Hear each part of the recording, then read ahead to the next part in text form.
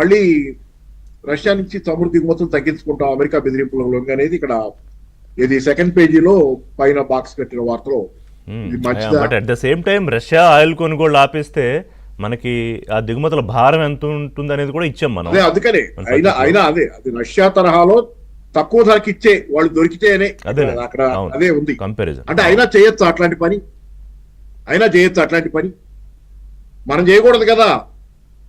ఒక అధికారి చెప్పాడు, ఎవరా అధికారి ఏం మాటలు అయ్యి మీరు చైనాతో మాట్లాడారంటే కొంత అర్థవంతం ఉంది. చైనాతో కూడా మనం తాత్కాలిక స్నేహం అని ఎవరితో మాట్లాడకూడదు. తాత్కాలిక ఎట్లా ఉంటాయి స్నేహాలు?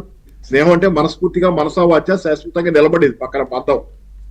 అట్లాంటిది చైనాతోనే చేయకూడదు. అసలు రష్యాతో ఎలా చేస్తాం? ఇలా డిప్లొమాటిక్ రిలేషన్స్ అట్లా ఉంటాయా దేశాల మధ్య?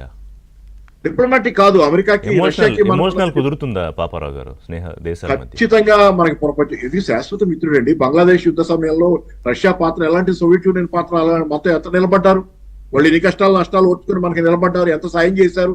రూర్కెలా, బిలాయ్ కర్మాగారాలు ఎన్ని ఈ దేశంలో ఎంత పారిశ్రామిక బేస్ మనకి ఇచ్చారు. మామూలు స్నేహమా? వాళ్ళు ఎంత అంటే వాళ్ళు పోగొట్టుకున్నారని చెప్పాల, వాళ్ళు మనకి ఎదురు సాయం చేశారు చాలా. అట్లాంటి వాళ్ళని ఎట్లా వదులుకుంటాం మనం? ఏ కష్టంలోనైనా, ఎండలోనైనా, వానలోనైనా, చల్లోనైనా మనతో నిలబడే మిత్రుడు రష్యా. వాళ్ళ దగ్గర చేయకూడదు కదా మనం ఎక్కడ చేసినా కానీ. ఎందుకంటే అమెరికాది ట్రంప్ ఎలాంటి వాడో ఇవాళ కళ్ళారా చూస్తున్నాం. ట్రంప్ ఎలా ద్రోహం చేయగలడో, తెల్లారేసరికి మా మాట ఎలా మార్చగలడో, ఎలా ద్రోహం చేయగలడో. 25% టారిఫ్స్ అంత ముందు వారం వేసినప్పుడు చూసాం.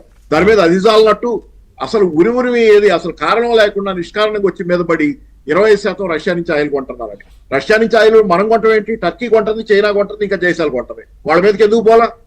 మనం లోకువయ్యాం.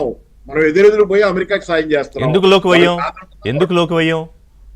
ఎందుకేముంది, మనం పోయి నువ్వు వాళ్ళు అడక్క ముందే అమెరికాకి సాయం చేయటమే మన లక్ష్యంగా, జీవిత పరమావధిగా చేశారు మన పాలకులు.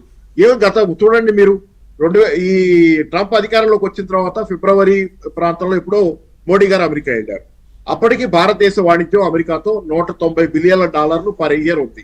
దాన్ని $500 బిలియన్ పెంచాలని ట్రంప్ మోడీ మాట్లాడుకున్నప్పుడు డబుల్ చేయాలని చెప్పి 2030 నాటికి అనుకున్నారు.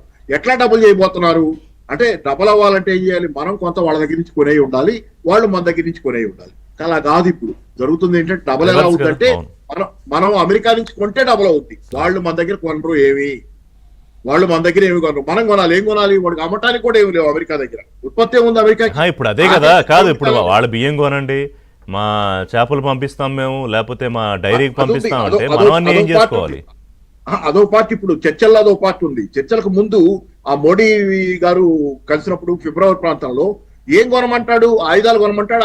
అదే ఉంది అమెరికా దగ్గర, ఏమి లేవు. ఆఖరికి మాస్కులు కూడా లేవు. ఏంటంటే సంజయ్ గారు, పాపారావు గారు వస్తాం మళ్ళీ మీ దగ్గరికి. సంజయ్ గారు, పాపారావు గారు రేస్ చేసిన దాంట్లో ఏంటంటే అర్జెంటుగా రష్యాతో